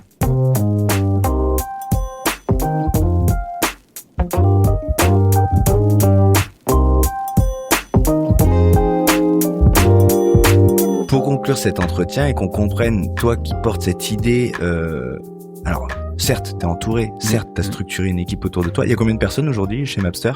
On est 4. Waouh! On est microscopique. C'était un malaise. Ouais. 4 super-héros, quoi, les 4 fantastiques 4 pour le coup. Et c'est exactement ça, c'est les 4 fantastiques. Bon, j'aimerais bien qu'on soit 10. mais il n'y a pas assez de cap pour tout le monde. Voilà, il y a un petit problème de rôle. Voilà, Ok. C'est quoi les perspectives? Et toi, en l'occurrence, peut-être faisant un focus sur toi, parce que certes, ok, vous êtes 4, mais ça tient quand même depuis le début sur tes épaules, cette histoire, sur ta vision, sur ton envie, et puis ça part de ton besoin à toi. À quoi tu carbures? Où sont tes kiffs aujourd'hui dans ta vie quotidienne d'entrepreneur? Et comment tu trouves ton équilibre? C'est des questions importantes quand on entreprend. C'est très compliqué. Alors, à quoi je carbure? Je carbure à l'apprentissage.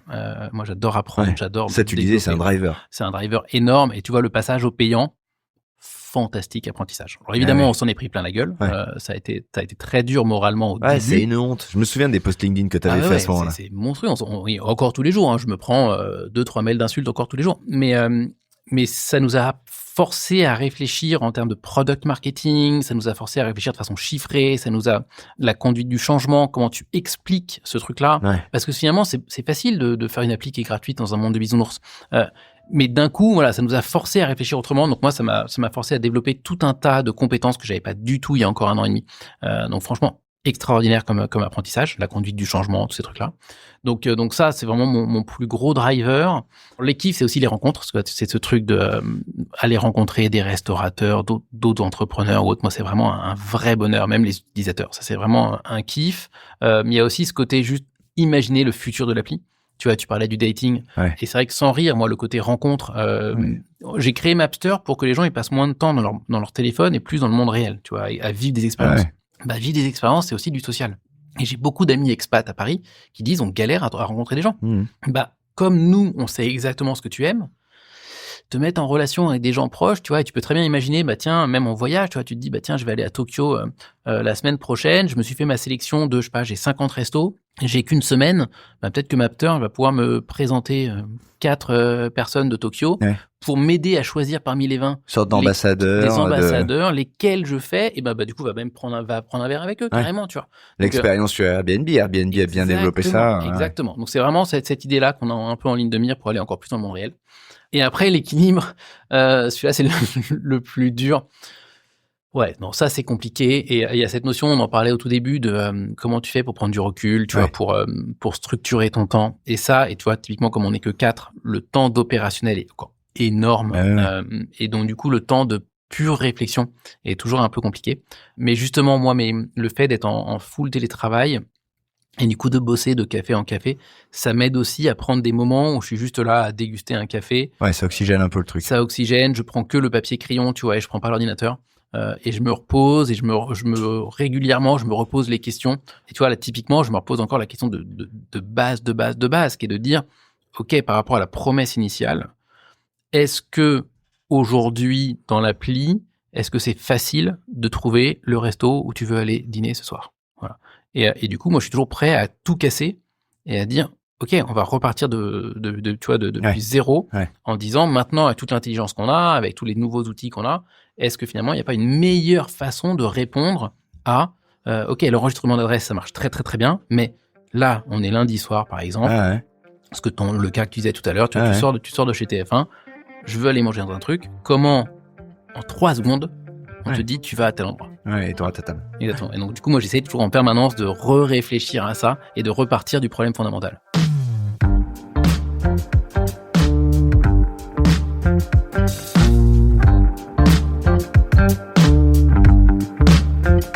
C'est intéressant par rapport aux entrepreneurs, aux gens qui nous écoutent. Est-ce que tu crois justement que la question originelle, c'est celle qui a finalement drivé l'élan premier? Il est important de s'y référer comme une sorte de sémaphore, un truc auquel on revient toujours pour questionner.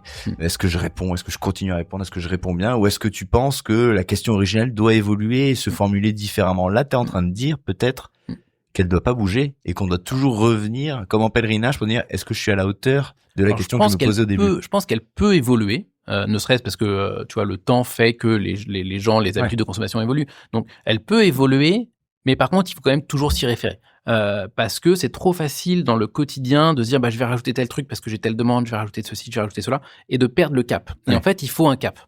Et que ce cap, il évolue dans le temps, why not? Mais il faut un cap, et il faut que ce cap, il soit martelé encore et encore pour être sûr que là, ce qu'on fait, c'est toujours dans le cap. J'ai cette citation de Sénèque. Il n'y a pas de vent favorable à celui qui n'a pas de cap. Et c'est exactement ça. Et si t'as pas un espèce de driver, tu dis, moi, je veux aller là, et la mission, c'est celle-là, t'as aucune chance de choisir les bonnes fonctionnalités, les bonnes features, les bonnes décisions. En vrai, les grands entrepreneurs, même 30 ans, 40 ans après avoir fondé leur boîte, quand tu leur poses les questions, ils ont tout le temps ce truc de, mais tu sais, moi, depuis toujours, je veux faire tel truc. Ouais, bien sûr. Il y a une mission originelle et elle a pas varié, finalement. C'est très, très rare. Et donc, moi, tu vois, j'ai ce truc aujourd'hui où oui, la rencontre entre personnes est venue s'ajouter. Ouais, c'est une évolution. Tu vois, il y a une évolution, mais c'est toujours ce cap de vivre des expériences dans le monde réel. Et ça, c'est le truc numéro 1. Et du coup, il faut que très, très facilement, on puisse choisir le prochain endroit où tu vas. Sauf que maintenant, j'y mets avec tes potes. Mais le cap est toujours le même. Ok. Qu'est-ce qu'il faut te souhaiter, du coup, pour les prochaines années? Plus de fantastique autour de toi? Faire ça en x10 en termes d'ampleur mondiale. Ah ouais. Comment on conquiert justement les autres? On compte sur ces... Parce que toi, en fait, c'est organique finalement. Les gens sont les ambassadeurs de ton appli. Ça oblige, j'imagine, aussi à un lien hyper un lien de proximité avec tes Énorme. utilisateurs. Énorme. Je passe beaucoup de temps à leur parler par email, par téléphone ou autre, et en dînant avec eux. Mais non, en gros, ça passe par des partenariats. Tu vois, c'est trouver les bons partenariats, les bons acteurs qui pourront nous porter. Tu vois, si on veut se développer en Amérique du Sud, si on veut se développer, je sais pas moi, en Inde, si on veut se développer, il y a plein d'endroits en Amérique centrale où il y a un boulevard, il y a plus qu'à. Sauf que si on le fait nous tout seuls avec nos petits bras, des cadres fantastiques, ça va quand même être un peu compliqué. Alors que si on a des acteurs qui peuvent nous aider, nous porter, tu vas voir nous financer, ça va permettre d'accélérer beaucoup plus vite. Génial, ça fait envie. Ouais. Bon, je vais m'inscrire. Non, je suis inscrit. En vrai, je suis inscrit. Tu sais. Et pour le coup, levons ce dernier frein avant de se quitter. Mon frein, c'est le temps en fait, je prends pas le temps. De setup initial. Non, puis même le réflexe. Tu vois, je vais à un endroit, je vais prendre 2 minutes, parce que ça se fait très vite quand même. Bien sûr, pour écrire un truc. 2 minutes, t'es large. Ouais. Mais en vrai, parce que je sais que je peux être lu. Oui. Et moi, ça me fout une pression. Donc, je ferai jamais le truc en 30 secondes à l'arrache. Donc, je me charge un petit peu en pression. Je me dis, tu peux être lu que si tu partages. Tu vois. Et à la base, on n'est pas comme une plateforme à la Instagram où il y a pas de discovery. Avec le podcast, je me suis dit, tu vois, je vais communiquer au nom du podcast et tout. Mais t'es pas obligé de faire un article sur chaque lieu, mais juste de dire ce lieu-là, c'est tel chef, il est connu pour tel truc, ça suffit finalement, tu vois. Et après, ce qui va rendre service, c'est le fait que toi, t'as fait cette sélection. Et finalement, le pourquoi tu l'as fait est presque moins important. Donc en fait, il faut juste dédramatiser le truc. Mais c'est sûr que notre unique frein qu'on a au développement, c'est cette prise d'habitude de les 20 premières adresses, il faut se forcer un petit peu. Tu vois. Alors on a des users, c'est complètement dingue, et je crois que ça a pris 15% des gens, c'est quand même loin d'être négligeable. Ils téléchargent l'appli, ils la découvrent, ils tombent amoureux, et ils ajoutent genre 100 adresses dans la journée. C'est monstrueux. Mais les autres, il y a ce truc de c'est ça qui les 10-20 premières, il faut y aller pour prendre le pli, et puis une fois que tu as pris le pli, ça y est, c'est de démarrer. Le chef débarque sur Master, t'es d'accord? Tu nous accueilles? Et moi, j'attends que ça depuis le début. Bon, trop bien. Merci, merci. Merci à toi.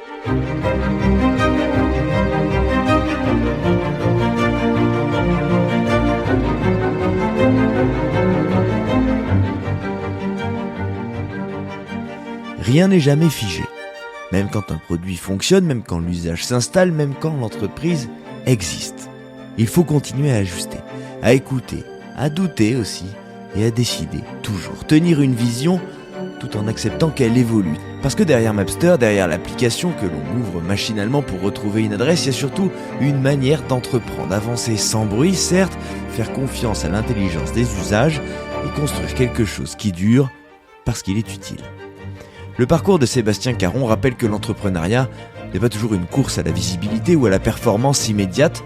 Parfois, c'est un travail patient, presque invisible, où l'on cherche d'abord à bien faire avant de vouloir faire grand. Et puis, parfois, comme pour lui, ça marche. Merci Sébastien pour cette parole simple, honnête, ancrée dans le réel. Merci pour cette histoire. Et merci à vous d'avoir écouté cet épisode inspirant de chef d'entreprise. N'hésitez pas à nous faire part de votre expérience, de vos commentaires, de ce que vous inspire justement comme réflexion. Tous ces épisodes qui nous permettent de croiser des histoires, des visions, des regards. On se retrouve très vite justement pour un nouveau numéro, une nouvelle trajectoire, une nouvelle manière de comprendre celles et ceux qui façonnent la food d'aujourd'hui. À très vite sur Chef, évidemment. Salut!